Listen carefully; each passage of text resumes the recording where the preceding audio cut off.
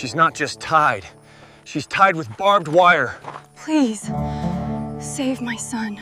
A dying Apache mother, a barefoot boy, and a war-haunted cowboy, one tied to stone, one bound by blood, and one by guilt. In a land that forgives nothing, he cut the wire to save her, and found the courage to start again. The rock and the choice. San Judas crossing outskirts, Arizona Territory, the 3rd of July 1874. The wind cut like iron filings. It hissed through the fence wire, slicing the heat and flinging grit against my face. Days like that smell of copper and dust, like the world itself's been smelted down and poured back wrong. I was checking line fences along a strip of land no one had ever truly owned, 2 miles of sun-cracked posts and the dry rattle of mesquite pods. Work like that is a man's penance, steady, silent, endless. Staple, stretch, tie, step, repeat until the day forgets your name. The wire sang under my glove. The post leaned like a drunken church. A hawk cut across the white sky, and the sun didn't forgive either of us. I thought about nothing, my favorite thought. Then the land made a sound it didn't know. Not the bawl of cattle, not wagon wheels. It was a boy's cry, thin and breaking apart, like the wind itself had snapped his voice. I straightened, palms still caught on the fence. The mare under me twitched her ears, reading what I felt. The next heartbeat brought movement, a small figure bursting out of the brush barefoot, stumbling hard, both hands up. I pulled the reins, hooves scraped rock. The kid nearly dropped to his knees. His chest heaved like it might split open. "Please," he gasped, words clawing out of a dry throat. "My mother, she's tied to a rock. The desert has too many tricks that start with please." I scanned the horizon the way I used to in the army, checking ridges, glint, shadow, every scrap of movement. Sometimes bandits use a child to bait a bullet. But the boy's eyes told the truth the way pain always does, raw, wide, no room for acting. I swung down. My boots hit dirt with a thud that made dust jump. "Where?" I asked. He pointed with his whole arm because his hand shook too much. "There by the black stone. They left her." I hesitated just long enough to hate myself for it. "Go," I said. "Lead." We cut south off the track, running the mare between sage and basalt spurs. The boy's feet bled in the dust, but he didn't stop. Heat pressed from all sides until the air itself felt solid. That's when I saw the rock. It wasn't white like the limestone flats around San Judas. It was black, a slab of basalt torn from some old volcano, edges sharp enough to shave daylight. The thing stood alone in the wash, tall as a man, shaped like a broken blade stuck upright in the earth. And she was fastened to it. Barbed wire old fence stock. Rusted red spiraled her wrists and ankles, biting so deep it had turned her skin to torn lace. The metal glimmered in the sun, each barb a spark of spite. Blood had dried into black ribbons that flaked when she tried to move.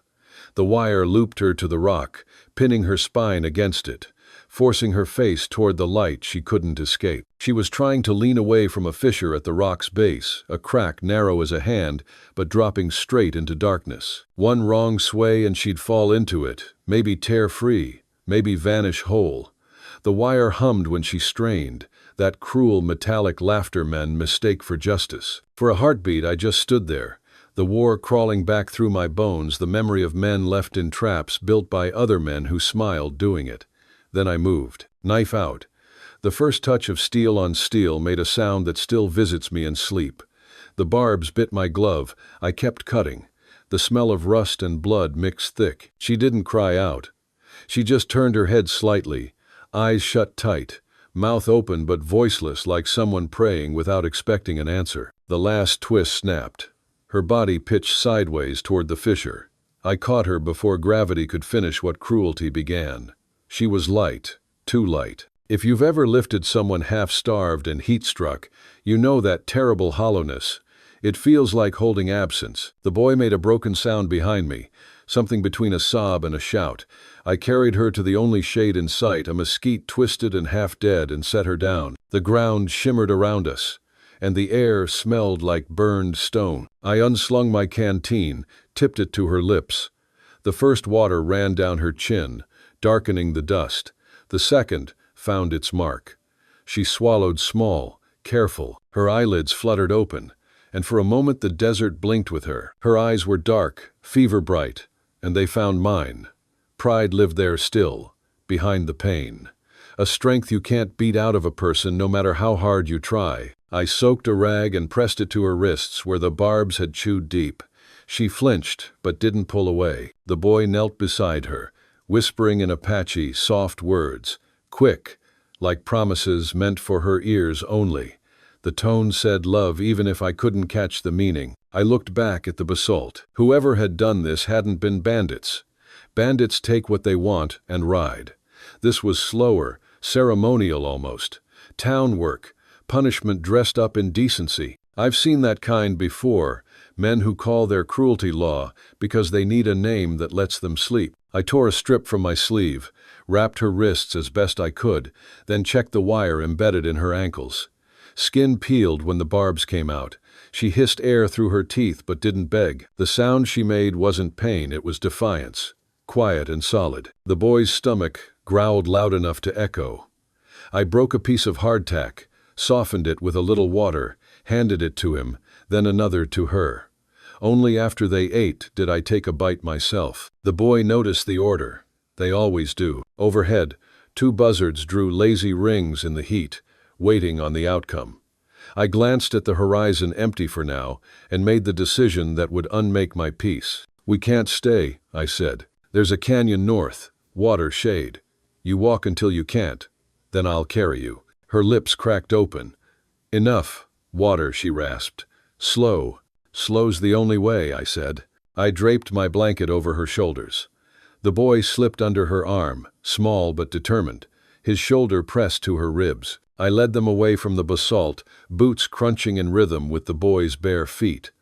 Behind us, the rock stood black and shining, like it was proud of the damage it had done. We crossed open flats until the land began to break into low red hills.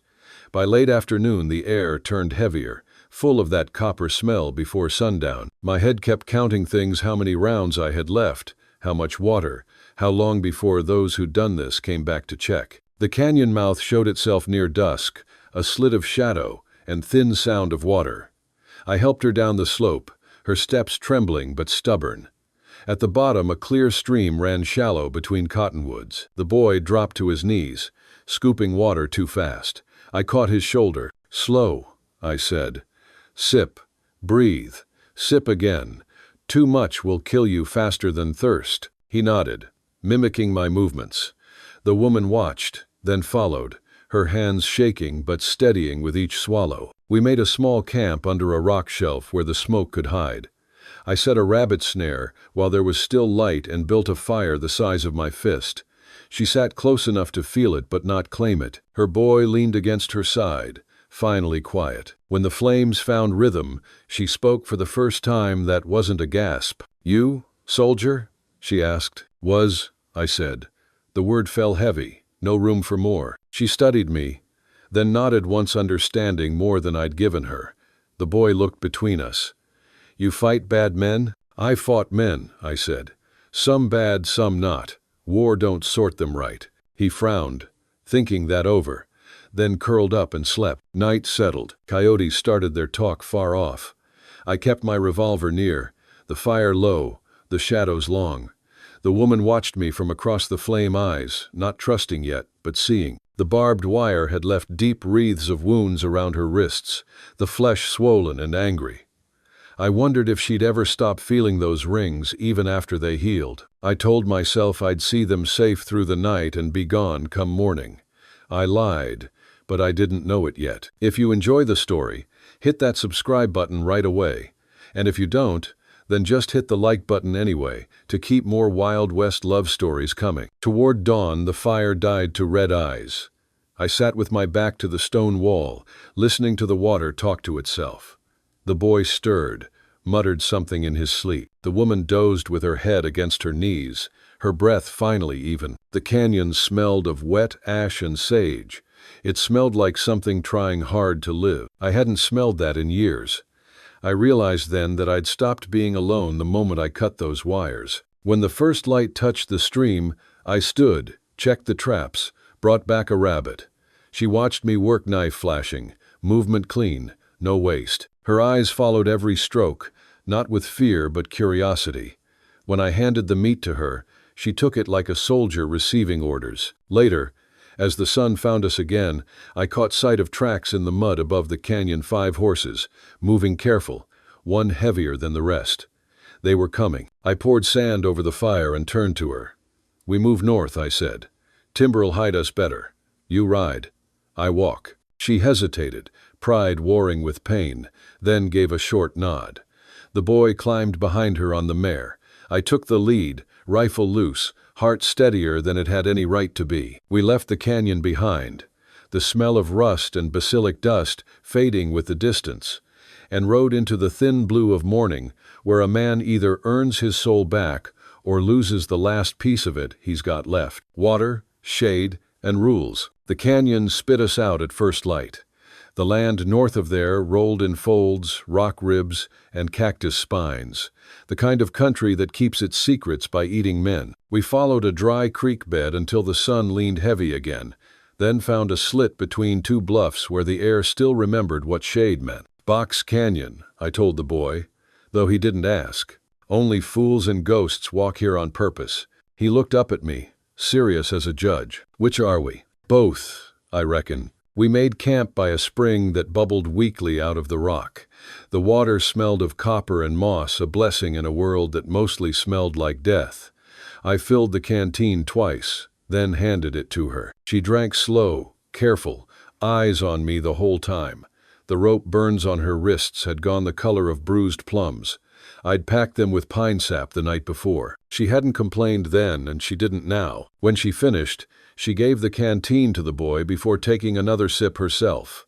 That one act said more about her than any story could. We ate rabbit and half a biscuit. The boy devoured his portion. She tore hers into pieces, chewed small, deliberate. Afterward, she started gathering leaves from a short bush with silver fuzz. She crushed them between 2 stones until the smell filled the air, bitter, green, alive. "For wounds," she said, "clean. Help the flesh remember itself." "Oh." I held out my arm where the barbed wire had scored me earlier. She She's pressed not the just pulp tied. there. It She's burned tied with like barbed truth, wire. then cooled. Please. Her hands were steady. Save my I noticed son. a scar along her forearm, old and white, the kind made by knife work, not accident. "You a healer?" I asked. "Only what my mother taught," she said, "and she learned from wind and mistakes." I liked that answer. The land teaches the same way. We stayed through the heat, sleeping in shifts, moving only when the shadows stretched long again. By dusk, I'd fixed 3 tin shards with twine, hung them low among the brush makeshift alarms that would sing if someone crept close. The boy watched everything I did with a quiet hunger for knowledge. I showed him how to test the wind with dust, how to sleep with your back against stone so the world can't circle behind you. "Rules," I said. "Out here, rules keep you breathing." "Oh." He nodded solemnly, whispering them to himself. Kids remember better that way. When night came, I banked the fire down to coals and lay near enough to feel the warmth without wasting it. Above us, the stars looked like bullet holes, punched clean through heaven's tin roof. I hadn't looked at them proper in years. She spoke first, voice low, meant for no one but the dark. "My husband is dead." I didn't answer. Silence tells better than sympathy. "He was taken 2 winters ago. Riders came with torches. Said we'd stolen horses." She paused, eyes on the fire. "They took the horses, left him hanging. I thought they'd leave us next." The boy slept already, curled under her shawl. Her face, in the firelight, looked carved out of bronze and exhaustion. "You ran?" I asked. She nodded. "Ran until the land ran out. Then they caught me." I didn't press. Her eyes had that far look of someone walking backward through memory, sharp enough to cut. I knew it too well. Later, the wind shifted, bringing a faint smell of sweat and horses from the south. Not close, but close enough for memory. I ground out the coals, buried them in sand, eased my rifle into my lap. The night felt awake in all the wrong ways. By dawn, we were moving again north, hugging the canyon wall. The mare carried them both now, She favored her left foreleg, but she was tougher than her size. The trail climbed into country where pine and juniper took over from dust. The air cooled, smelled of sap and wet stone. For the first time since the rock, the boy laughed. It startled all three of us. He'd found a pine cone shaped like a crooked hand and showed it to his mother. She smiled, small, quick, but real. That smile hit me harder than any fight I'd been in. We rested at a bend where the canyon widened into a basin full of ferns. I checked her wrists again. The sap had done its work. The cuts looked angry but healing. "You heal fast," I said. She shrugged. "I have to." Her eyes met mine. "Why help us?" "Because someone tied you up with barbed wire and called it justice." I've seen that before. Didn't like it then either. Men who don't like it usually ride on anyway. "Yeah," I said. "I used to." The silence that followed wasn't empty. It was heavy, like air before thunder. That afternoon we reached a plateau overlooking a cut of forest. Smoke drifted far off, too white for wildfire, too steady for storm. I pulled the spyglass from my saddlebag. 5 riders, slow, cautious, one with a light hat that caught son Hargreaves' deputy badge, most likely. "They're tracking," I said. The boy stiffened. She didn't flinch. "They want me alive. For now, so they can do it proper next time." Her jaw set. "Then we make them work for it." That tone, calm and final, sat right with me. I found a small cave above the ridge and led them there. Dry, hidden, one narrow mouth facing north. I'd used it years ago, running dispatch for the cavalry. No one found me then. I didn't plan on being found now. Inside, the boy gathered pine needles for bedding. She traced her fingers along the wall, whispering something in Apache, maybe a prayer, maybe a warning. I didn't ask. When darkness fell, I tied the mare near the mouth and looped a line from her reins to my wrist. If she spooked, I'd feel it. We sat by a thumb of fire. Smoke caught under the lip. The boy slept quick. The day had wrung him dry. She sat across from me, hair loose, catching firelight like threads of midnight. "You lost someone too," she said. Not a question. "I did." "Who?" "Everyone. Different years, same war." Her eyes softened a fraction. "So you walk fences instead of battlefields now. Both take mending, only one pays better." She almost smiled. Almost. We sat till the fire died. Outside, an owl called twice, then again farther off. Signal or chance, I couldn't tell. I moved to the entrance. Moonlight silvered the canyon floor. Then I saw it a glint, like someone testing glass against the light. Scope reflection. "They found trail," I whispered. She didn't panic, just lifted her chin. "Then tomorrow we move higher." I looked at her, this woman wired to stone and still steady enough to plan. Something shifted in me, small but real. Respect first. Then a thin edge of faith. The night stretched long, full of waiting. I didn't sleep. When dawn came, I felt older but cleaner, like the desert had sandblasted everything I didn't need. We broke camp before sunrise, moving through trees tall as church spires. The boy rode front, proud to hold the reins. His mother walked beside him, hand on the mare's neck. I brought up the rear, eyes sweeping sign. The sky turned that pale blue. That means trouble's coming but hasn't picked its hour yet. By mid-morning the wind changed again, hot and carrying dust from the south. I found prints near a creek crossing fresh.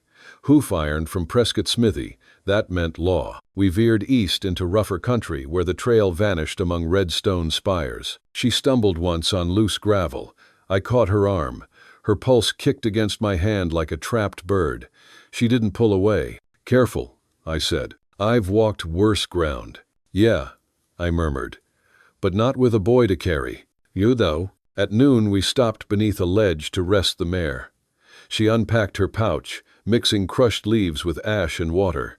The smell rose sharp, clean. "For scent," she said. "Hide us from dogs." I watched her rub the paste on her arms, then across the boy's shoulders. When she looked up, waiting, I handed her my hat. "Go ahead." She smeared a streak down my neck, across my cheekbones. It cooled, then dried into the same red-brown as the canyon dust. "You look Apache now," she said, half smiling. "Then maybe the desert will forget my name too." We moved again. Every step felt borrowed. The boy grew quiet, his small hands tight on the reins. Toward evening, thunder rolled beyond the mesas. Rain in this country was a rumor, but sometimes rumors saved lives. By the time the first drops hit, we'd reached a slot between cliffs where runoff carved a narrow gorge. Water came sudden, slashing through rock like a released beast. We huddled on a shelf above it, watching lightning stitch the horizon. She held the boy close, murmuring in her tongue, soft, rhythmic, older than the storm itself. When it passed, the air smelled clean and new. Steam rose from the stone. I found myself wishing the world could stay washed that way. She caught me looking. You believe in signs? Only the kind that leave tracks. Then follow this one. She pointed to where the flash flood had scoured away dirt, revealing a shallow cave higher up. Water shows the mouth. Maybe the land wants us there. It took an hour to climb. Inside, we found charcoal on the walls, old handprints, deer, spirals fading into soot, Apache markings, older than her grandfather's bones. She touched one gently, lips moving. They say each handprint holds a promise, she whispered, to come back when the wind forgets your name. M0. Seems the wind never forgets much, I said. We stayed the night there. The storm had cooled the world, and the canyon hummed with frogs and dripping stone. The boy slept between us. She sat tracing circles in the dust. What was your war? She asked. Same as most. Blue coat, gray sky, red ground. You fight for a flag? At first. Later I fought just to stop hearing it scream. She nodded slowly. I thought only my people carried ghosts. Then, every man west of the Mississippi does, I said. Some just ride faster than others. She studied me like weighing truth. Maybe that's why you stopped riding. Maybe. Then softer. Do you ever forgive yourself? Can't say I've tried. Might not know what to do with the quiet if I did. She reached out, touched the scar on my forearm the same way I'd seen her touch the handprints. Quiet isn't always empty, she said. Outside, coyotes sang the night open. For a long while we just listened. At dawn the mare snorted, tugging the line. I woke to the faint clink of rock hoof on stone below. Through the slit of the cave I saw dust moving along the lower trail. Riders again, closer now, 3 this time. We couldn't outrun them on open ground. I motioned her and the boy back deeper into the cave, then crawled to a perch where I could sight my rifle. The air smelled of rain and gun oil. When the first rider dismounted to check the wash, I took a breath and fired.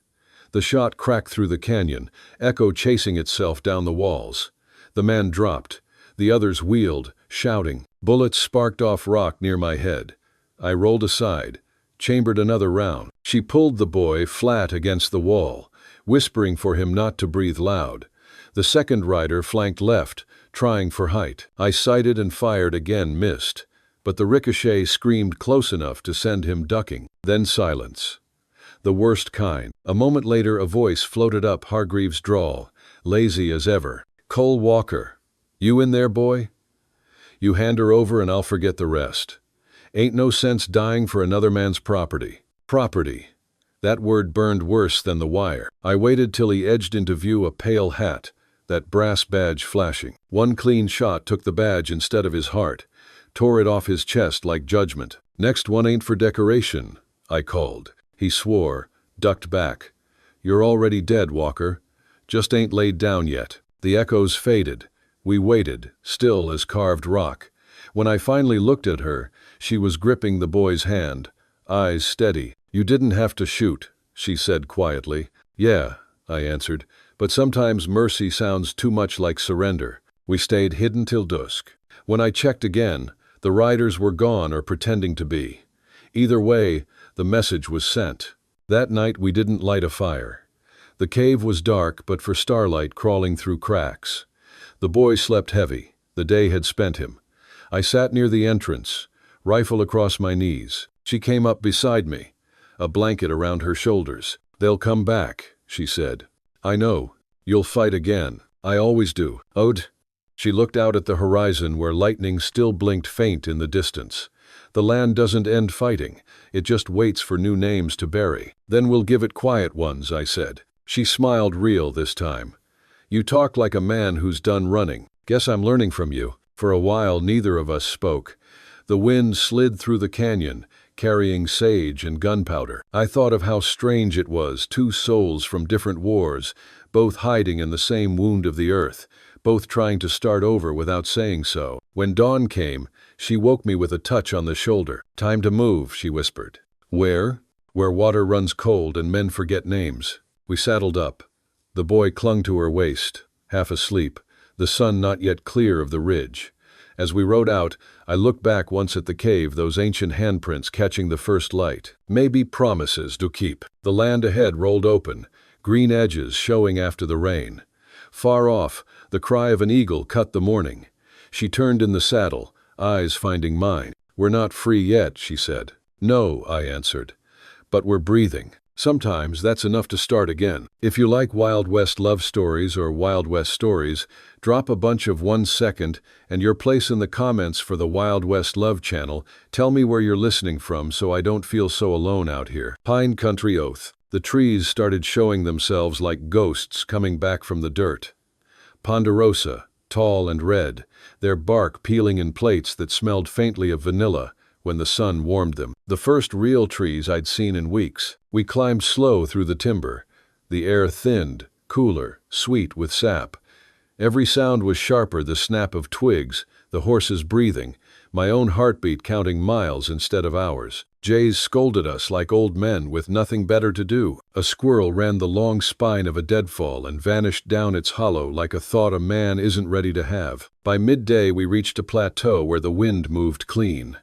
I called halt. The boy slid off the mare and went straight for a cluster of wildflowers, something bright amid all that brown. His mother watched him go with eyes that held both joy and fear, like every small happiness was a loan the world might recall at any moment. I found an old fire ring from long ago, stones blackened, char still in the cracks. Could have been mine once, could have been anyone's. I built a new fire over it anyway, like laying a second heart over a first one that never quite stopped beating. She sat opposite me, wrists still raw, but no longer bleeding. When the flames caught, she held her hands toward the warmth and said quietly, "You were in their war." I nodded. "Yes, ma'am.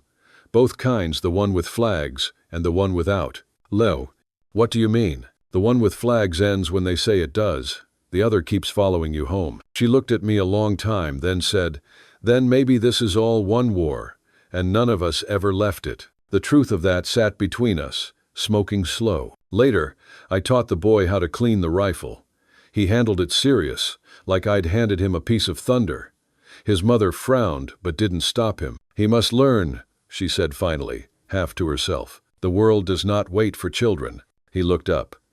"You'll teach me to shoot?" "When you can lift it steady and not blink at the sound," I said. He smiled first, real one I'd seen on him. He kept running a cloth down the bore, eyes narrowed like a man twice his age, which wasn't comfort and wasn't despair, just the frontier, reshaping a boy's face before it finished with his bones. Toward evening, I scouted ahead, found fresh hoofprints pressed deep into the damp soil near a game trail. 4, maybe 5 riders, moving slow.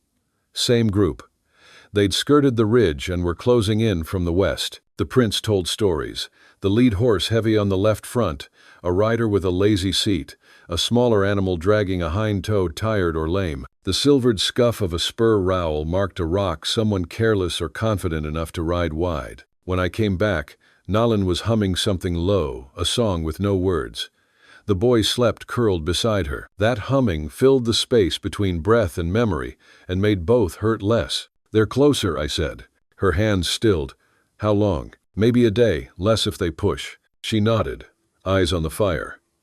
"Then we finish this." "What do you mean?" She reached into her bundle and pulled out a small pouch, deer hide, worn smooth. Inside were eagle feathers, a small carved stone, and something that glittered faintly like sand in moonlight. "My husband carried this," she said, "for luck. It did not help him, but maybe it will help me." She tied it around her wrist, just above the scars the wire had left, and for a second, the rawness of those marks and the tenderness of that knot tied the past and present into the same hard truth. We inherit the tools we have, not the ones we deserve. "Tomorrow," she said, "you should ride away. They want me, not you." I laughed, quiet and mean. "You still don't know me at all. Vent. She looked straight at me then, and for the first time since that rock, I saw her let the guard drop. You will die for people, not yours, she said. Maybe, I said, but you're mine now.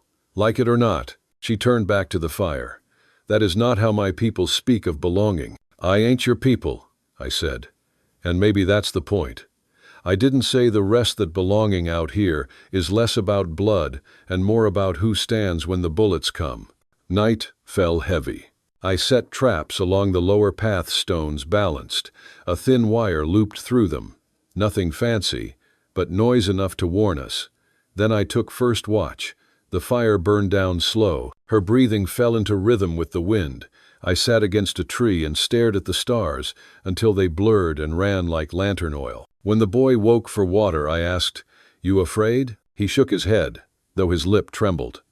"You'll stop them." "Maybe," I said, "but I'll need you to be quiet, fast, and brave." "Zero." He nodded again, too solemn for his age, and went back to sleep with a small sound in his throat like a coyote pup dreaming of a bigger voice. Somewhere near dawn, I dreamed or thought I did of a battlefield in Tennessee, the air full of smoke and prayers no one answered. The ground there had a memory it refused to share. You stepped, and the mud kept your weight like a book keeping your name. I woke with my hand already on the revolver, heart drumming a muster beat that had no tent and no flag and no end. The world was gray, the kind of gray that comes before something breaks. We ate nothing but jerky and water, packed quick, and moved out before the sun burned off the dew. The trail narrowed to a spine of rock, and from there we could see the valley below, a thread of dust winding like a fuse. Riders, closer than I'd hoped. I led them higher, into country I knew too well. Pines thick as walls, gullies deep and blind. The sound of our horse hooves was muffled by needles, but every now and then a jay screamed, giving us away. You learn to hate jays the way you hate men, who whistle their knives sharp just to hear their own talent. By noon the wind shifted again, bringing that dry smell of men and leather. I stopped. "They'll catch us by night," I said. She looked at me calmly. "Then we stop running now." Voo. I studied the ground ahead, a narrow saddle between two cliffs, perfect for a stand. One way up, one way through, all of it with a sky that let a man see God or the lack of him. "You sure?" "Yes. Better to fight in daylight than in dark." There was no fear in her tone, just finality, the kind that makes a man count his cartridges twice. We spent the rest of the afternoon turning the land into a weapon. I showed the boy how to stack stones, where to hide behind them, and how to keep his mouth open when the guns started so his ears wouldn't ring him deaf. Nolan gathered pitchwood for fire, her knife biting resin from old stumps that smelled like a church unbuilt. I lined the path with branches to break sound, set deadfalls where a footstep would betray weight. Every motion had the rhythm of men who've dug their own trenches in ground that had too much practice. When the light turned red, she came to stand beside me. The wind caught her hair and tossed it across her face, but she didn't brush it away. "You could still leave," she said softly. "So could you," I said. Her mouth curved, half sad. "No, my ghosts are here." Then we stay together. It wasn't gallantry and it wasn't pride. It was arithmetic, 3 people against 5 in a narrow place, where truth was measured in yards and seconds, and whether the first shot found something it could name. She reached out, brushed my sleeve where blood had once dried. "You are strange, soldier. You fight like a man already dead." "Maybe I was," I said, until a boy ran out of the desert yelling for help. That night none of us slept much.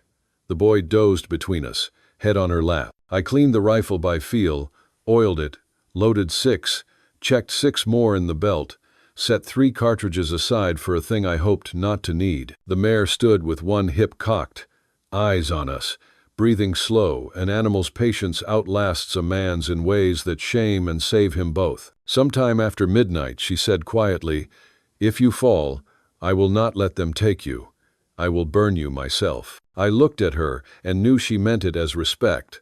Among her people that was a promise, a mercy that kept a soul from wandering in hands it didn't choose. "Then I'll try not to make you keep it," I said. The wind rose and fell. Our traps stayed quiet. The moon went thin as a paring knife. I watched the saddle where it cut the sky and waited for men to spill out of it. The first shot came at dawn, distant, testing, a warning from the trees below. The boy flinched awake. Nalin pulled him down behind the rocks. I took position by a boulder that looked down the slope. The air tasted of pine, resin, and fear. 5 riders again, moving in a fan. I saw the lead one lift his hand signal. I waited until they entered the choke point, then squeezed the trigger. The shot cracked through the canyon, echoed like thunder. The man in front fell out of the saddle, his mouth open around a word he didn't finish. The rest scattered, yelling. They fired blind up the slope, bullets chewing bark, throwing splinters like bees with steel stingers. A round struck the rock near my cheek. Grit stung my skin. I fired twice more, heard a grunt, then silence from the left flank where a hat flew up like a bird that forgot which way was sky. Smoke from their guns drifted low, mixing with the morning mist and the sour tang of men whose courage belonged to whoever was watching. For a moment I thought they'd retreat. Then one fool decided to charge. His horse stumbled on the rocks I'd set, went down, pinning his leg. I was on him before he could aim. The rifle butt met his jaw and he went limp. I dragged him to the leeward side of a stump and tied his hands with his own lariat, quick as a field dressing you never wanted to learn. When I looked back, Nalin had her knife out, the boy clutching her dress but watching. Her eyes met mine. No panic, only readiness. Ready is a hard place to live, but it's still a place. "Down!" I shouted, and a volley tore through the branches above us like a sermon about sin you already knew too well. They tried to flank right, climbing a scree slope that looked like it might forgive them. It didn't. Nalin threw a pitchwood torch into a pile of needles I'd soaked in oil from an old tin. Flame leaped, a bright tongue that licked the air and turned coward into honest confusion. 2 men fell back coughing. One lost his hat and his temper and sent lead into the fire like he could argue heat out of existing. "Count," I said to the boy. 3, he whispered. Then 2. Then still 2. Good, I said. "Keep counting." He did, and that gave him a job that wasn't fear. The canyon went quiet again, the way a bar goes quiet when a man stands up and asks the whole room what it thinks of hell. Birds hushed. The wind dropped to listen. A bullet pinged stone and whined off into memory. Somewhere a pine sap blister popped in the heat, with a sound like a knuckle cracking. "They'll regroup," I said. "Next time with more." She nodded. "Then we move again." "Not yet." I scooped canteen water into my mouth, swished it, spat red into the dirt, and wished it was from chewing tobacco instead of my gums. First we talked to our guest. The captive came to with a string of curses that weren't creative so much as committed. He was young under the whiskers, not old enough to call himself done with mistakes, but too old to call them practice. "Name," I said. "Go to hell." "Already been," I said. "Found it crowded." He looked past me at Nalin. Hatred and something cheaper than hatred, habit, moved under his eyes. "That one's got a price." "Not to me," I said. "Marshall says she cut nothing," I said, and the muzzle's shadow on his chest made the rest of his sentence choose silence. "Name, Webb." He swallowed. "Deputy. Out of San Judas." "Hargreave still lying with his boots on?" "Marshal Hargreave does what the territory asks." "Territory ever ask him not to," I said. He set his jaw like a man who knows truth is a cliff and likes the look of falling. I tied a strip of cloth around his split lip so the blood would shut up and his thoughts could get loud. "There are 4 of you left," I said. 2 limping. You push up here again, you die. You fall back and circle, you die tired. "Hargreave'll fetch more," he said. "He ain't the quitting sort." "Neither are we," I said. I left him tied to the stump and took Nalin aside. "We can't keep trading rounds in a place they can come back to. We need a cut they don't know, a line of water, and a hole only one of us fits." "There is one," she said. "North and east. A spring that remembers, even in August. My mother took me there once. We left deer bones and feathers, and the water kept its promise." "How far?" "A half day if the ground is kind." "The ground ain't kind," I said, and she smiled, brief and dark like a good joke told by a grave. We stripped what we could from the dead ammunition, a length of rawhide, a half loaf of bread someone's wife had baked wrong, and love had made right. I covered the body with stones. Nalin said words in her tongue, a low chant that put the air back where it belonged. By afternoon we were moving again, keeping to shade where the sun made knives out of the open. The boy walked when he could, rode when he had to. He didn't complain. That worried me more than crying would have. The timber thickened, then thinned where lightning had licked a ridge last year or 10 years ago. Time fails at chores when it lives this high. We skirted blowdowns that looked like giants laying where they were told to. Once, in a small meadow, we found elk tracks big as plates and fresh as a new sin. I pointed them out to the boy. He set his foot beside one and grinned at how small he still was.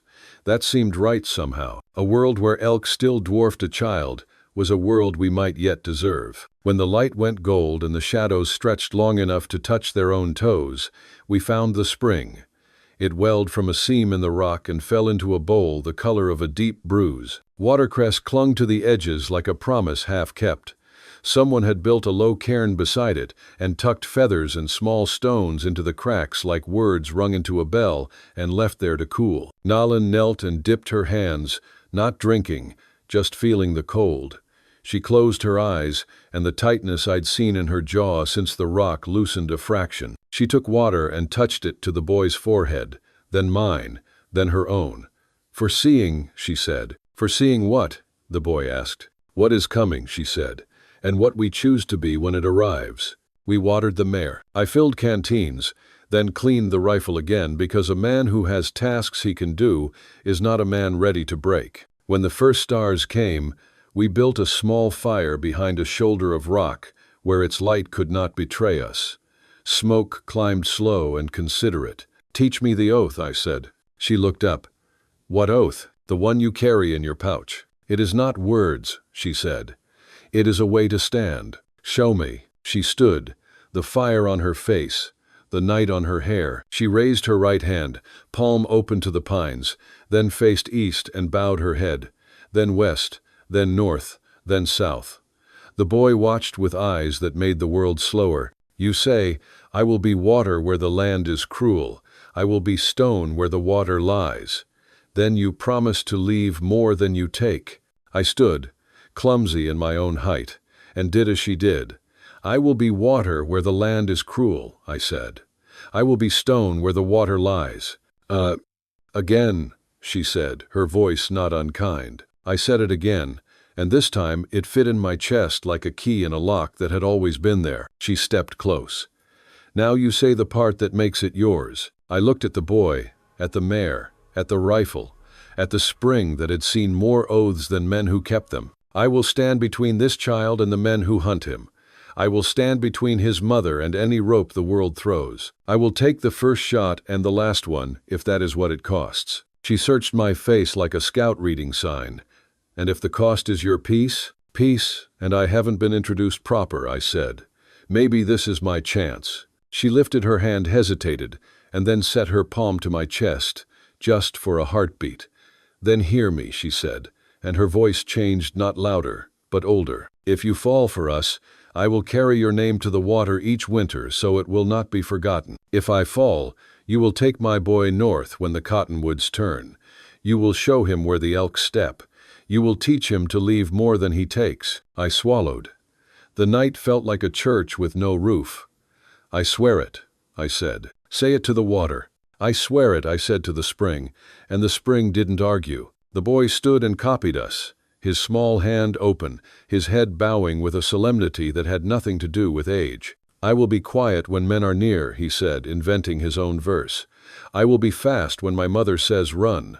I will be brave when my brave is needed." "That is enough," Nalin said, and her voice cracked on the last word in a way that made me look away for a second like a gentleman should. We slept in turns. Twice I heard a sound that wasn't wind and wasn't animal metal on stone, far off, like a horseshoe deciding what kind of day it wanted. I tightened the cinch on my worry and waited for morning. Dawn brought frost on the grass at the spring's edge. The boy laughed to see his breath make ghosts he could catch with his hands. I didn't have the heart to tell him those weren't the kind you can catch. We ate what we had: jerky, thin as a lie, and hard biscuits that softened in water if you were patient, and softened your teeth if you weren't. I mapped the ridge in my head, marked 3 ways down and 1 way that pretended to be a way but was actually a lesson. A hawk circled. The mare flicked a fly that wasn't there. Nalin braided her hair back from her face and tucked a feather into it, one from the pouch. She looked different afterward.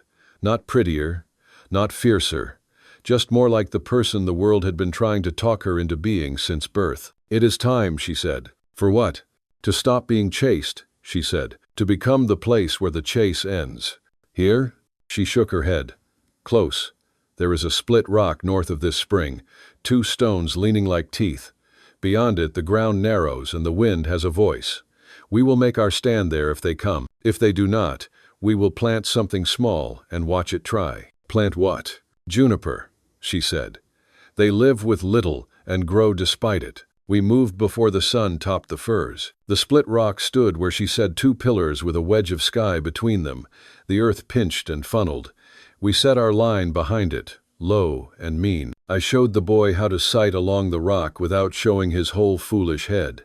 He practiced not blinking when I snapped my fingers beside his ear. He got good at it quicker than comfort allowed. Mid-morning, the wind changed. The world brings news even when you don't invite it. I smelled horses, sweat. The bitter ghost of coffee burned at a fire made by men who cupped their hands and told jokes they'd learned the wrong lesson from. "They're coming," I said. Nalin didn't answer. She finished tying a strip of cloth around her knife hilt, then touched the carved stone at her wrist. The boy touched the feather in her hair like it was a latch on a safe door. Then the men arrived, 2 first, cautious, the rest behind them in a stagger that said they'd listened to fear halfway. Hargreave was there with his pale hat and his badge burnished bright like a theology. Webb limped. The man whose horse I'd unkindly introduced to the rocks rode a fresh mount with a mean mouth. "Walker," Hargreave called. "I got writs say that woman is property of San Judas territory for purposes of lawful sale. You're abetting theft. I got eyes say your writ ain't worth the paper, Marshal," I called back. "And ears that know you say lawful when you mean easy. You turn her over, we'll talk mercy. You try to take her, we'll talk God," I said. "And you'll wish he was listening." He sighed loud, theatrical. "Always a sermon with you boys who think the war taught you something nobody else learned." "It did," I said. "It taught me men who say property about people ain't worth the powder." "No." He shifted in the saddle, calculating. "Men like him hate math they can't do with a banker present. Last chance," he said. "Don't make that child watch you die." I looked at the boy. He looked back, steady as a creek in shade. "He's seen worse mornings," I said. Hargreave lifted his hand. I saw the signal. I saw Webb's jaw tighten. I saw the one with the new horse touch heel to flank. I fired first. The world didn't explode so much as unfold. The horse reared, the rider tumbled. Webb went low. Hargreave jerked his reins. The others sent lead where they wanted my memories to be.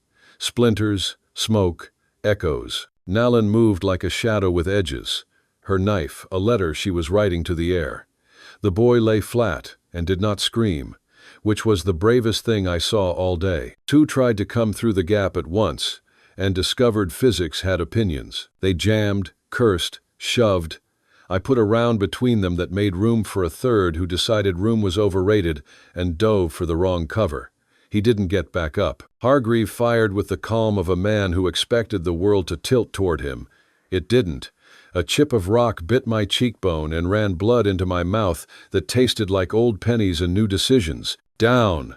I barked to the boy again, though he was already low, as if the ground had reminded him what friendship is. Nalin tossed a burning wad of pitch into a brush pile that had mistaken itself for a bush.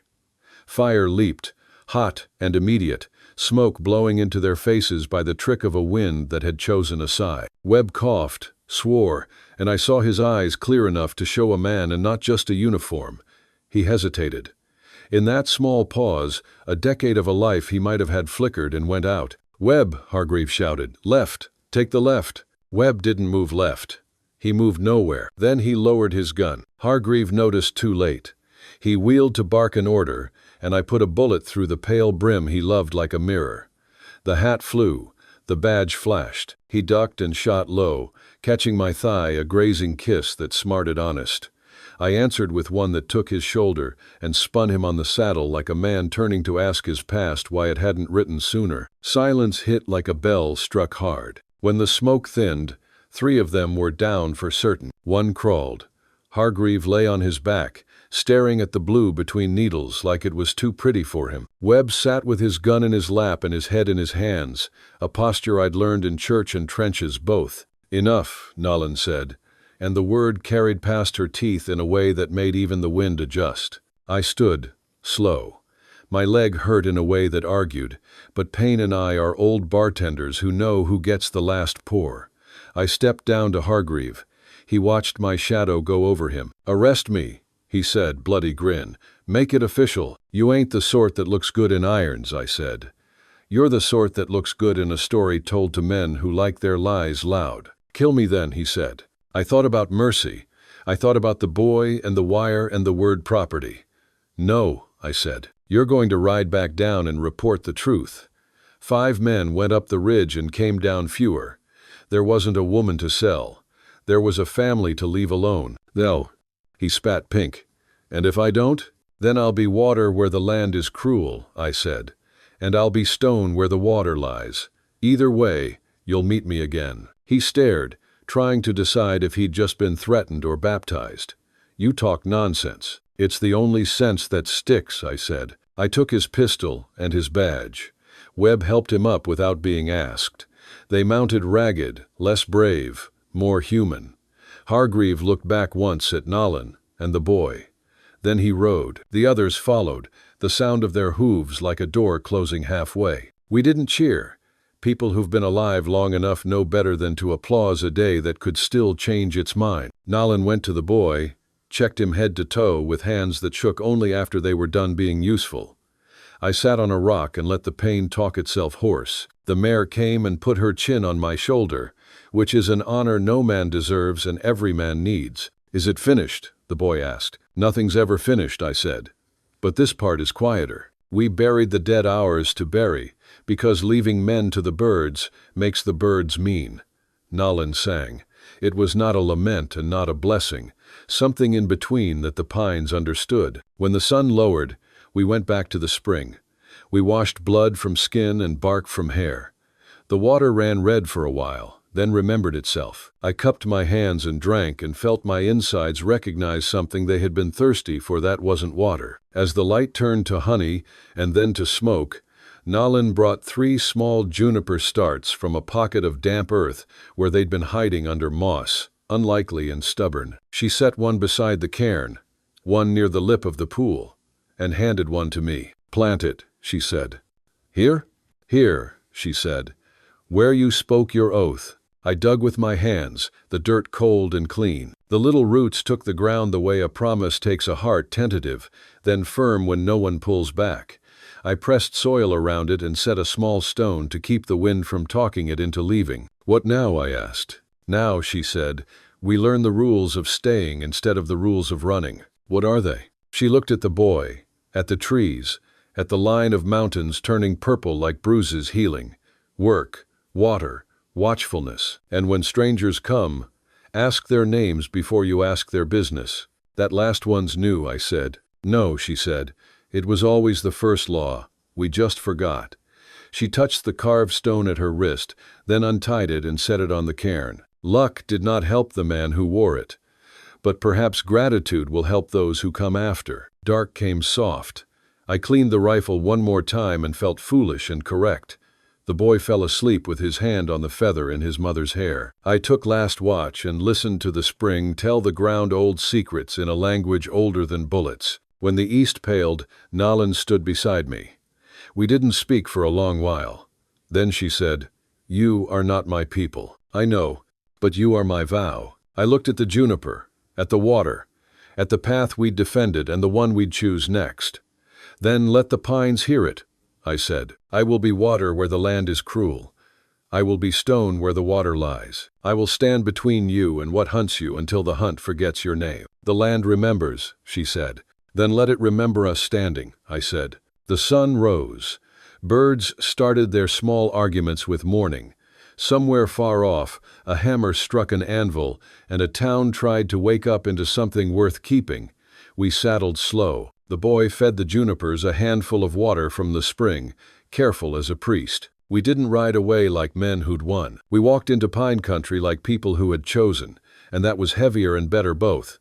The oath we'd said hung in the air behind us, tied to the smell of vanilla bark and cold stone and iron promise. If the world wanted to take it back, it would have to come through all three. We left more than we took. That's how a place begins. If you're hearing this out in some quiet place, hit that like button, drop a bunch of 1 second, and tell me where you're listening from. Makes a man feel less alone out here in the Wild West night. The last stand and the morning after. We moved before dawn, chasing the gray light up the mountain. The trail grew meaner the higher we went, roots like bones, air thin as a blade. Every step of the horse sent gravel sliding down into nothing. By the time we reached the high ridge, the sun had turned the valley below into a wash of fire and shadow. From up there, I saw them again, tiny specks at first, then the flash of sunlight off metal. The riders had found our trail, not 5 now, 6, maybe 7. Townsfolk with rifles, their justice wrapped in cheap conviction. Nalan stood beside me, wind tearing through her hair, her face hard as the stone she'd once been tied to. "They won't stop," she said. "No," I answered, "but they can bleed." We rode along the ridge until I found it, a cut in the rock that opened into a bowl, shaped hollow, one way in, no clean way out. Bad place to live, good place to fight. Fallen timbers straddled the rim where lightning had chewed a tree to memory. A ravine angled off north like a thought you could still change if you caught it soon enough. I made her and the boy take shelter under a low overhang. The horse I sent deeper into the trees. Then I walked the perimeter, counting angles, lines of sight, ranges. A man needs to know his math before he bets his life. I noted where the stone lifted, where it dipped, where a man's head would show if pride rode before sense. Distances sorted themselves into friendly numbers. 40 paces to the choke point, 60 to the first juniper, 80 to a gray boulder shaped like a broken tooth. When I came back, she was kneeling, wrapping her wrists with fresh cloth. Her hands were steady now. The boy was sharpening a stick into a spear with my small knife, face set in fierce concentration. Pride stung my chest. He was learning to face fear the right way by working. "Stay low when they come," I told them. "If they breach the rocks, follow the ravine north. Don't stop." "And you?" Nalan asked. I smiled without humor. "I'll keep them busy." She rose to her feet. "You think I'll leave you here to die alone?" "I think you should do what keeps that boy breathing," I said. Her eyes flashed. "Then you don't understand mothers." We didn't argue further.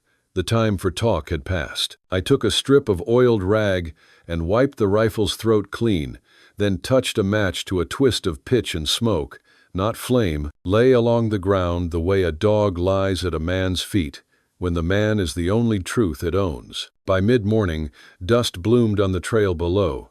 The sound came next: hoofbeats, voices, the clatter of rifles. I crouched behind the stone and waited. Patience, my old officer used to say, is where most bullets come from. The first shot they fired went wild, kicking dirt near my boot. I answered with one clean round that tore through the lead rider's hat and sent him sprawling. The rest dismounted, shouting, spreading out behind trees and rocks. Their voices argued with the mountain, and the mountain answered with echoes that made liars of their numbers. Gunfire cracked back and forth, the air thick with grit and smoke. My rifle grew hot in my hands. I worked the lever until it felt like breathing. When the chamber emptied, I switched to the revolver, counting shots in my head, my lips moving around the numbers like a prayer a man says because he can't stand to hear himself beg. A bullet grazed my shoulder, burning like iron. I bit back the curse, thumbed back the hammer, and sent a round into a flash that had mistaken itself for cover. The bark where I'd lain a moment earlier leapt away in splinters. Stone hissed where lead licked it. The dirt smelled of resin and old lightning and men. Then came silence, too sudden, too complete. I strained to hear past the ringing in my ears. Nothing, not even wind. That was when I saw movement, a man creeping along the upper ridge, trying to flank me. He moved with a hunter's care and a drunkard's hope. I pivoted, fired once. He tumbled down the slope, rolling until the world stopped him. Another shape broke from cover below, running low, fast. I shot, missed. He fired back, the round snapping a chip of rock beside my cheek. I ducked. The boy screamed behind me. I turned in time to see one of the riders had slipped around, reaching the hollow where they hid. The man grabbed Nolan's arm, jerking her to her feet, the muzzle dipping toward the boy like a promise a coward makes. Something in me broke open. I dropped the rifle and ran, closing the distance before he could aim. The revolver bucked once. The man fell backward, eyes blank, smoke rising from his chest. The world stuttered, and then remembered to keep moving. Nolan staggered free, breath ragged, eyes wide but alive. The boy clung to her. "Stay down," I shouted. She nodded, dragging the boy back behind the rocks, pressing him flat with a hand that held nothing but all of him. The fight stretched thin after that long minutes of waiting, punctuated by sudden cracks of lead. I hit another, maybe two, couldn't be sure. Sounds lied, and the mountain helped them. Then it was over. No more shots, no more movement, just wind, thin and sharp, cutting through the pine like an old song. Jays started up again, rude and relieved. Somewhere a chipmunk scolded God for waking him wrong. I leaned against the stone, breathing hard, every muscle trembling from the recoil and the rush. The smell of blood and powder mixed with resin, the kind of smell that stays in a man's clothes longer than sin. My shoulder sang its hot song. My thigh hummed agreement. I put a palm against the ground to convince the world I stayed. When I finally turned, Nalin was standing over me, her hand pressed to my side. Blood had soaked through my shirt, some of it mine, some not. "You're hurt," she said. "Not enough," I muttered. "They're done." She looked out over the ridge. The valley below was still, the bodies small as broken toys scattered in the dust. Her voice dropped to a whisper. "No one will come for them." "No," I said. "That's the desert's work now." We waited a long time to be sure courage wouldn't grow back in any of the fallen.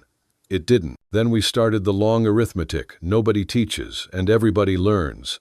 The counting of what can be carried, the measuring of breath, the building of small honors for men who did not live honorably. We buried what we could before nightfall. The boy helped carry stones, his small hands steady despite the tremor in them. He worked without being told, putting effort where grief would have gone if he'd had room for it. "They were bad men," he said at last, looking at mounds that looked like the earth had tried to forget politely. "They were men," I answered. "That's bad enough." We found a woman's ribbon in one pocket and a child's marble in another, and a small book of sermons with the first page torn out. Nalan left the ribbon and the marble on the cairn. The book went to the fire. Sometimes mercy is a match. The fire that night burned low. I cleaned the rifle one last time, then set it aside. My shoulder throbbed, my body ached, but the ache felt alive, real. The boy fell asleep hard, the way the frightened sleep when the body wins one round against the mind.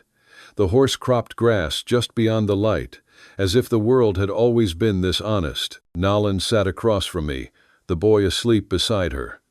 She was sewing something, stitching a piece of deerskin into a pouch. The firelight caught her face, softening it, showing the woman beneath the scars, the girl beneath the woman, the flint under both. "Why do you always eat last?" she asked suddenly. I looked up.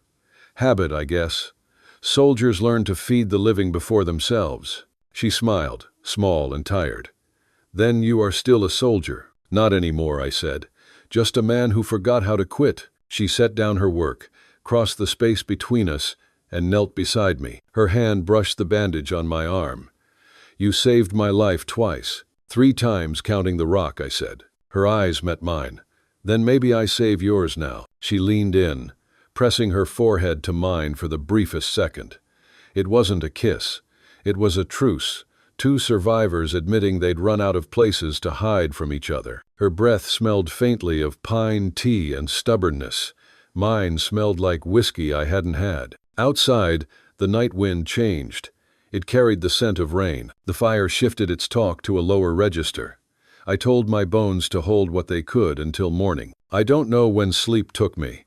only that when I woke, the world had turned clean again. Morning came with mist curling through the pines and the smell of wet earth. The boy was by the stream, washing his hands, his reflection rippling in the current as if the water were trying on his face to see how it fit.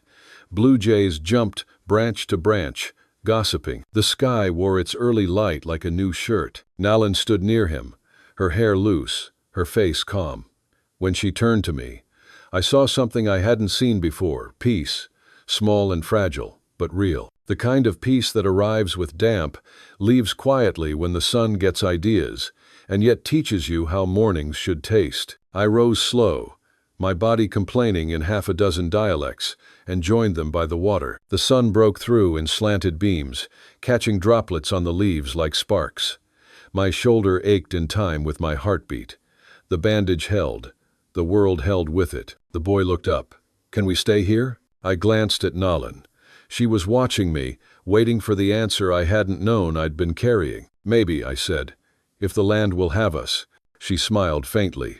"It will." We ate in silence, jerky softened in stream water, the last of a biscuit divided in three. After, Nalin gathered spruce tips and crushed them in her hands, adding willow bark and a strip of something she'd dried weeks ago and carried as if it were a season she could come back to. She boiled it in a dented tin and pressed the mug into my hands. "For the fire under your skin," she said. "It have a name?" I asked. "Many," she said. "All of them argue with pain." It tasted like bitter honesty and left a clean trail going down. My shoulder's voice got quieter without admitting defeat. We walked the bowl where we'd fought. Daylight had made a museum out of it, every bullet scar, a label I didn't want to read. We gathered brass and broken wood and stacked the remainder of the world in a neat pile for burning. The bodies we couldn't carry down had cairns, and the cairns had feathers. The feathers had meaning that didn't care whether a white man believed in meaning. "Someone will come looking," I said. "Yes," Nalin said, "but not today." "Tomorrow then." "Zek, tomorrow is a big country," she said. "We will cross only the part that stands in front of us." The boy brought me a fistful of violets bruised by their own beauty.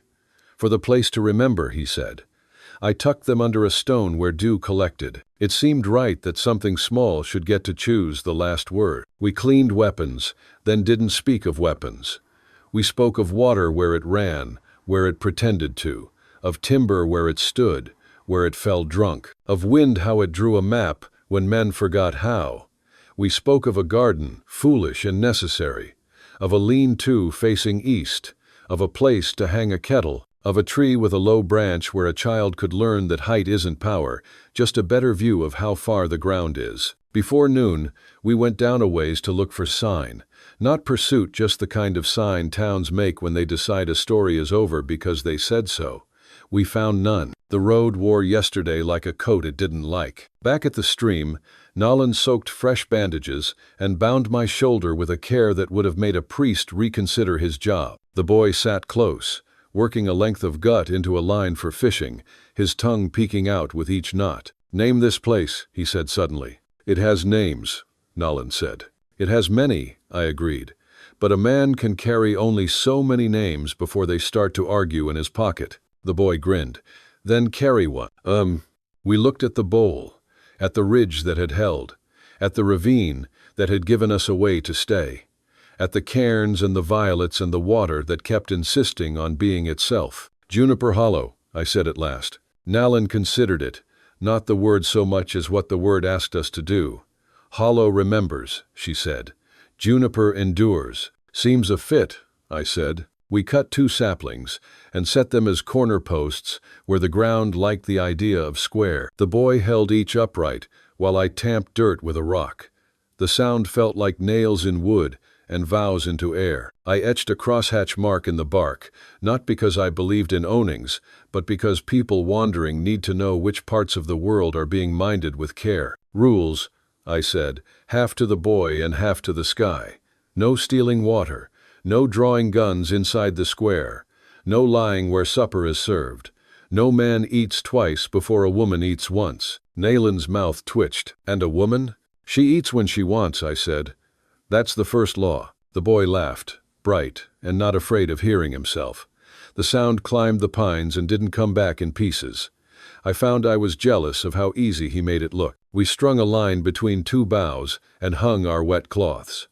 We set snares farther down the ravine and marked them with notches only we would notice. We stacked kindling under an overhang where rain would growl at it and then go away. The small chores that say a place is becoming a place. After the sun had cleared its throat and started to sing proper, a band of elk moved along the far tree line, dun and sure-footed as monks. A cow paused and watched us. She didn't snort. She didn't bolt. She made up her mind that we were not wolves and went on. A verdict. We caught 2 small trout on lines the boy minded like kin. He put them on the flat stone and watched their silver fade to the color of stories you tell too often. Nalin cleaned them quick with a knife that respected what it cut. She salted them with ash and leaves, and I made a rack of green sticks that would steam without burning. We ate in our shirt sleeves, like people who owned nothing the world wanted badly enough to come take it just then. The afternoon slipped soft toward evening. I napped and woke to the taste of sap in my mouth. Nalin was braiding something 2 straps of deer hide crossed with horsehair, a small pouch tied where they met. She handed it to the boy. "For the rules," she said. "What rules?" he asked. "The rules of staying." He nodded in a way boys do when they decide to become men without telling anyone. He put a violet petal in the pouch, and the marble we'd taken off a dead man and a small chip of clear quartz the stream had made for him. His rulebook. Shadows lengthened. Wind curled its hand around the shoulders of the pine. A hawk cut the sky twice the way you cross yourself, when the old ways still remember your name. I stacked the fire, and the fire accepted the arrangement. As evening settled, we walked to the cairns again. I laid Hargreaves' pale hat on a rock and thought of putting a bullet hole dead center. I didn't. It already had one. And if men need more than one to learn, bullets won't do the teaching. I left the badge beside it, not as a trophy, but as a weight. The wind will decide what to do with both. "Say it again," Nalin said quietly. "The oath?" She nodded. I faced the trees and the water and the boy and the woman who had learned the sound my heart makes when it forgets to stay dirty. "I will be water where the land is cruel," I said. "I will be stone where the water lies. I will stand between you and what hunts you until the hunt forgets your name." Nalin lifted her chin, eyes bright and calm. "And I will carry the names of what we bury to the spring each winter," she said. "So the water knows who to keep and who to send on." The boy stood between us, small hand open to the light. "And I will be quiet, fast, and brave," he said. "Mostly quiet. Mostly brave," I said. He grinned. "Sometimes fast." "Sometimes fast," I agreed. We stood there until the last of the day dragged its gold through the needles and left. The first star poked its eye through the world's lid. Then the second, then more than you can count, without wanting to call somebody to come look. Night dropped. The mountain breathed. We sat by the small fire and drew lines in the dirt with sticks, the way people do when they know tomorrow isn't a promise so much as a project. We decided where a fence might run, if fences turned out to be friends. We chose a notch where a door could go if a door ever did. I told them about a kind of door you make out of habits and hope, and how it keeps as much in as it keeps out. When the fire went low, we slept her with the boy's head on her thigh, me with my back to stone. The stone hummed to my bones, and my bones hummed back. Somewhere in the dark, an owl spoke its consonants. Something small and four-legged tried to steal the last of our fish, and Nalin hissed at it like a cat, and the thief reconsidered the cost of stubbornness. Toward morning, a drizzle came too light to soak, enough to teach the dust some manners. I woke at first gray and put on coffee made from beans older than the argument I'd been having with myself since Tennessee. It tasted of horses and second chances. The boy woke and stood at the edge of the stream and saluted the water with his little pouch. Nalin wrapped her shawl and watched him without telling him where to stand or how to hold his shoulders. He figured it out alone. A man never forgets the first time he doesn't need to be told. The sun came over, slow and honest. It found the cairns and forgave them the best it could. It found the corner posts and warmed them into thinking they'd been there longer. It found our faces and decided to be kind today. It is a king with moods, the sun. And sometimes those moods are mercy. The boy said, "We should make a sign." "What would it say?" I asked. He thought so hard his hair moved. Leave more than you take. Nolan nodded. That is a good sign. Mend.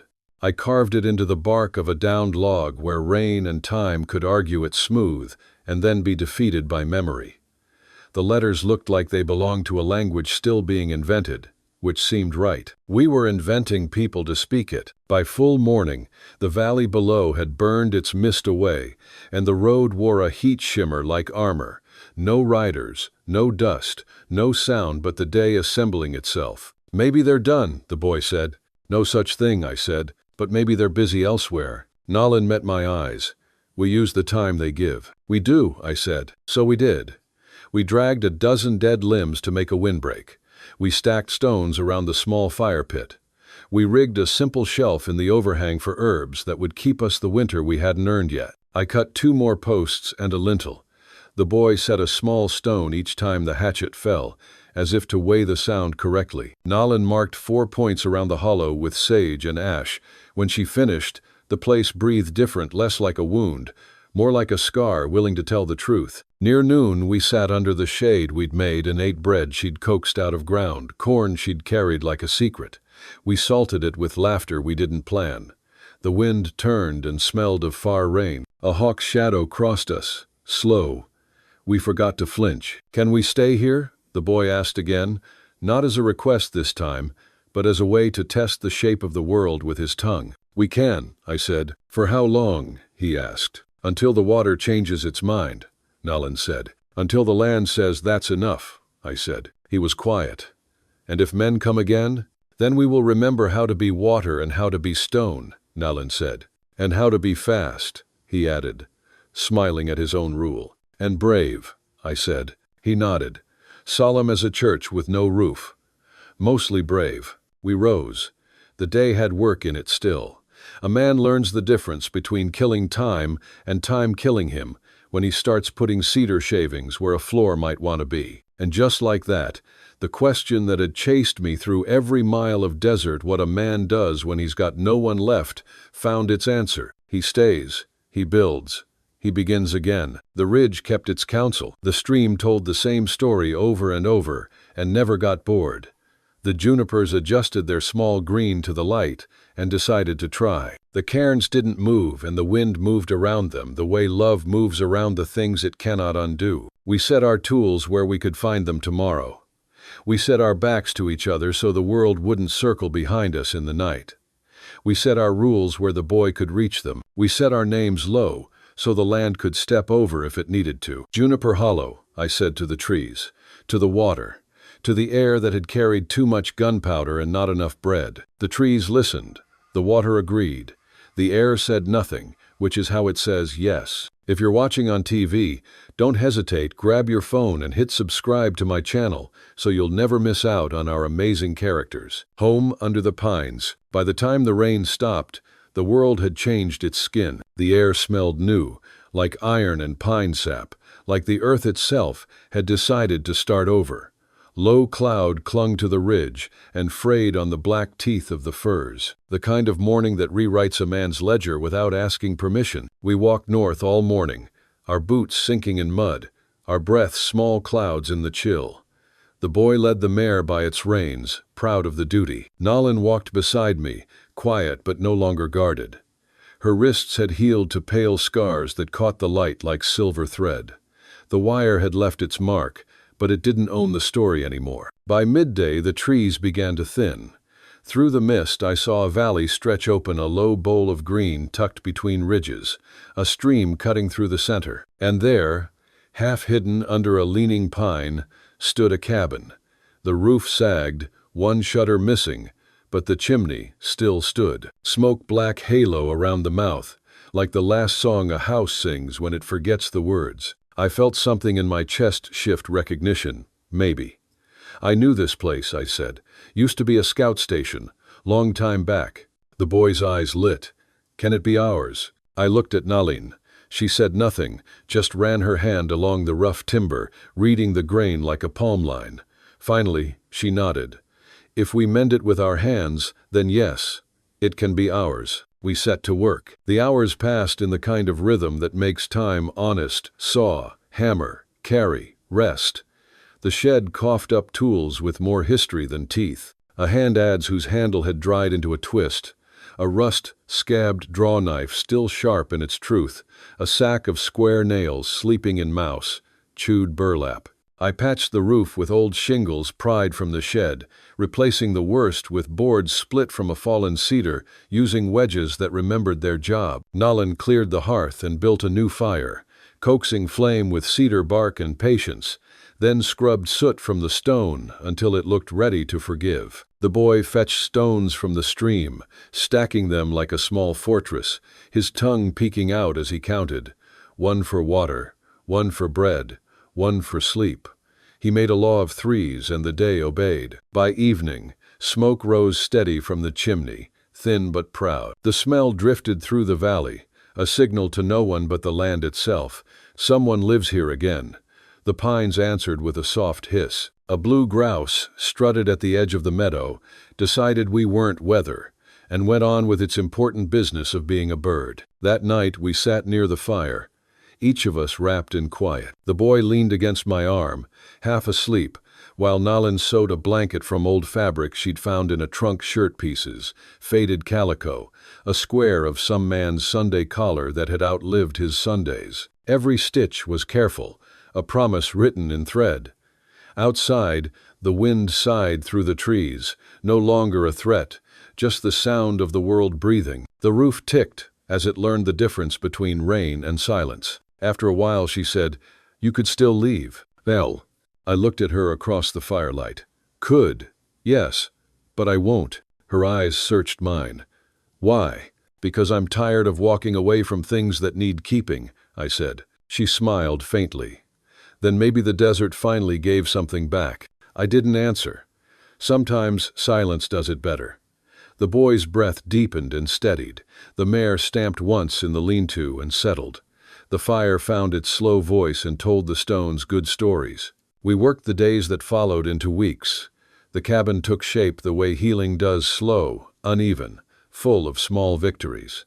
I squared the doorframe with a crooked level and a straight eye. I cut new boards for the door, pegged them with dowels whittled from serviceberry. The missing shutter returned as 2, stout and patient. When wind shouldered the wall at night, they held. I chinked gaps with moss and clay that smoked when it first met fire and then felt at home. The boy learned to split wood, his grin turning into a proper wedge each time the billet popped clean. He set snares along a rabbit run and came back grinning one afternoon with a cottontail that fed us 2 days more, if you count the soup we made out of what was left of the bones and our guessing. Nolan planted corn near the stream, a low patch where the soil had stayed dark through droughts older than all of us. She shaped 3 mounds with her hands, corn in the middle, beans to climb, squash to keep the ground honest. The old ways sit easy on land if the hands that set them don't lie. She sang under her breath while she worked. Her voice rose and fell like wind across tall grass, a language older than mercy and less interested in being thanked. We found a half-buried iron kettle near the stump where I imagined soldiers had once cleaned their barrels. We set it to boil water for washing and for willow bark tea, and for the comfort of seeing steam rise when morning got ideas. The boy kept a ledger of simple truths in charcoal on a scrap plank. Corn grew 2. Fox stole 1. Ma laughed. Coal fixed hinge. Rain said maybe.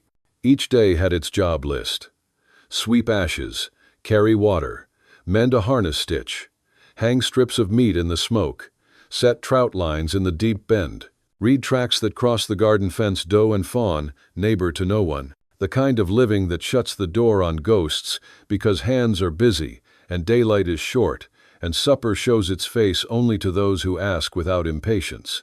Some mornings I woke before the first light, when the world isn't sure if it wants to be night or day. I would stand in the doorway and listen to the creek speak its piece, to the pines recite the same old poem in a slightly different meter, to my own breath decide what kind of man I intended to be. I'd never had a porch to think on. Turns out a piece of roof and a place to put your weight can teach more scripture than any preacher who never slept in the dirt. One evening, I caught Nolan watching me as I mended the saddle strap. The firelight painted gold along her cheekbones. She had put ash in the cracks of the hearth to seal them. It made her hands gray and ceremonial. "You still dream of war?" she asked. "Sometimes," I said.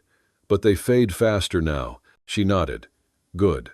Then maybe this land remembers peace better than men do." That night the boy fell asleep early, curled near the hearth. We stepped outside. The sky was a bowl of stars, endless and kind. The air held that crisp promise of autumn, clean, honest, alive. She stood close enough that our shoulders touched. There is a way bodies speak before mouths consider what to ruin. "I used to think freedom meant being alone," she said. "So did I answered. "Turns out it means choosing who you stay with." For a while we said nothing more, just stood there while the night carried on, as if it had been waiting for us to arrive. An owl crossed the meadow and sewed two shadows together without puncturing either. In the morning, sunlight spilled through the broken shutter, painting the cabin floor in gold. I woke to the smell of coffee and fry bread. The boy was already outside chasing a squirrel with a stick, laughter echoing through the pines like a sermon I wouldn't mind hearing twice. Nalin placed a cup in my hands. "We built this," she said softly. "Yeah," I said. "We did."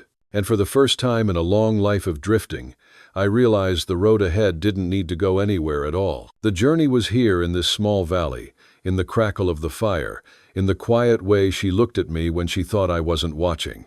Outside, the stream kept its song. The pines whispered. The world turned slow. We found a way to speak to the past without letting it drive. On the second Sunday, if that's what it was, we walked to the spring and said the oath again. Not because we feared forgetting, but because remembering is a muscle too. "I will be water where the land is cruel," I said. "I will be stone where the water lies." The boy added his own stubborn line. "I will be mostly brave." Nalin smiled and didn't correct him. Bravery that knows it's only mostly is the useful kind. Winter sent a scout, a dusting that melted on our tongues and taught the roof which boards still complained. We put up food like people who expect weather to be interested. The smokehouse worked true, 2 trout, then 5, then a venison haunch from a gift the mountain gave after I followed elk sign and found a yearling broken by something that wasn't me. We thanked it with cedar boughs and used every part we had sense enough to claim. I cut a root cellar into the bank behind the cabin, tamped it with stones and stubborn, roofed it with poles and sod. The boy thought it a fort. Nalin thought it a pantry. I thought it a promise made to a season that enjoys saying, "Prove it." We filled it with what the garden had offered. Late corn that didn't mind the hurry. Squash fat as truths you tell at last. Beans dried into rattles the boy liked to shake until Nalin taught him they were also supper. On a cold dawn, a stranger came down the north ridge.